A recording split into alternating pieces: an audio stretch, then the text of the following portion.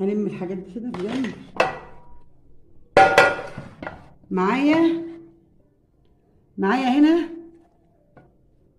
الصينيه دي هحط بصل في الارض كده وفلفل اخضر، يعني الخلطه اللي انا قايله عليها دلوقتي نحط منها في الارض.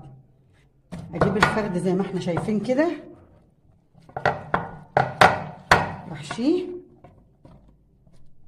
واجيبه من هنا كده بالطريقه دي. انا هكمل بقيه الفراخ وهوريكم النتيجه في الاخر في الصينيه عامله ازاي. خلاص يا حبايبي كده انا حشيت اللفخ المرتة اللي هي عباره عن بصل وفلفل حراق وفلفل بارد وثوم باودر وبصل باودر، وحطينا عليها معلقتين كبار خل. انا عملت هنا صلصه وهغطي بيها الفراخ زي ما احنا شايفين كده.